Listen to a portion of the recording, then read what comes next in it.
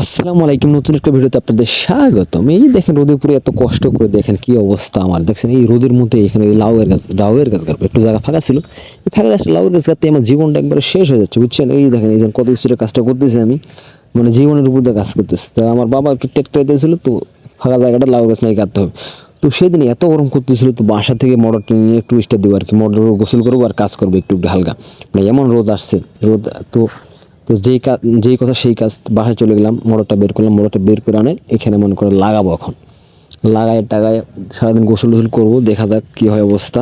তো এই ভিডিওগুলো কিন্তু 2-4 দিন আগের, যখন খুব রোদ ছিল, এখন তো বর্ষাকাল চলতেছে, ঠিক আছে। তো এই এখন আমরা মোটর টেস্টে দিলাম, স্টার দিয়ে বলতে এই পানি তুলতেছি, তো পানিতে উঠতেছি না, আমার তো গরমে অবস্থা শেষ ভাই, জীবন আমার সে একবার অবস্থা খারাপ। পানি টিপতেই আছে ভাই, পানি আর উঠে না, এই টিপতে আমার জীবন শেষ।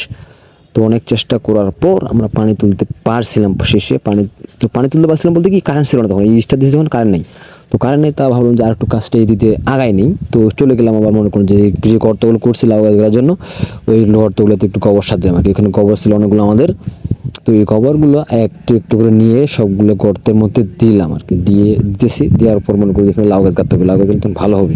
তো এখানে দিলাম, মানে ভাই এত রোদ উঠছে, আমার জীবন শেষ। আমি বলে একবার রোদে যাই আর একবার এখানে আসি। তো অবশ্যই কারেন্টটা চলে আসছে, তো মোটর টেস্টে দিছি।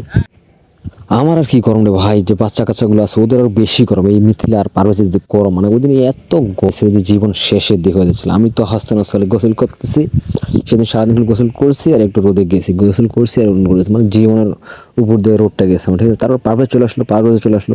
আর এই ভিডিওগুলো ছিল অনেক আগের ছিল, বুঝছেন। তারপরে তো রোদ চলে আসছে 2-3-4 দিন পরে, তো প্রচুর রোদ, এই দেখেন তখন আবার শুকনা।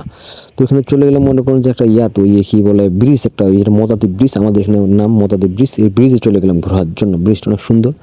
তো এখানে গেলাম, মানে জায়গাটা অনেক মানে সুন্দর লাগে, ভালো, মানে ওখান থেকে ছবি তুললে না ভালো লাগে। ও একজন বলতেছে ছবি তুলবে নাকি, ওই আমার নিয়ে গেলাম, মানে ভ্যান একটা পাইলাম ফ্রিতে, ওইখানে চড়ে চলে গেলাম দুইজনে মিলে ছবি তুলতে। তারপর ছবি তোলা শুরু করলাম দুইজনে, এত ছবি তোলা নেই সেরা ভাই ওখানে। তারপরের দিন আমার চলে আসলো বৃষ্টি, তারপরে এমন বৃষ্টি আসলো রে ভাই, জীবনের উপরে চলে গেলে। তখন মাছ, দুনিয়ার সব মাছ চলে আসছে এলাকায়, এত মাছ, মানুষের পুকুর টুকুর সব ডুবে চলে আসছে, অনেক মাছ। এগুলো সব মনে করেন যে ওই পুকুরের যে মাছগুলো আছে না, ওই পুকুরের মাছগুলো সব বের হয়েছে, ছোটো ছোটো বাচ্চা, যেগুলো বাচ্চা ফুটেছে নতুন নতুন, বাচ্চাগুলো সব চলে আসছে। আমি হাত দেবার দেখলাম, তো দেখলাম সবগুলো বললে পুকুরে ছাড়ার মতো মাছ, এগুলো পুকুরে ছাড়লে খুব তাড়াতাড়ি বাচ্চা বড় হয়ে যাবে।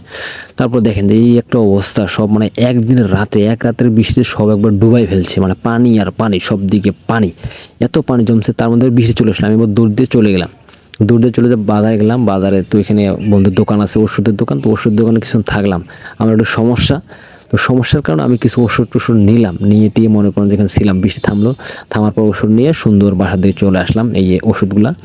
তো আমার অবস্থা খুব খারাপ, সবাই দোয়া করবেন যেন ভালো থাকি, সুস্থ থাকি, সবার জন্য দোয়া থাকলো, ভালো থাকবেন। আর ভালো লাগলে অবশ্যই ভিডিওগুলো দেখবেন। তো ভালো থাকবেন সবাই, এই দোয়া সবার জন্য। আল্লাহ হাফেজ।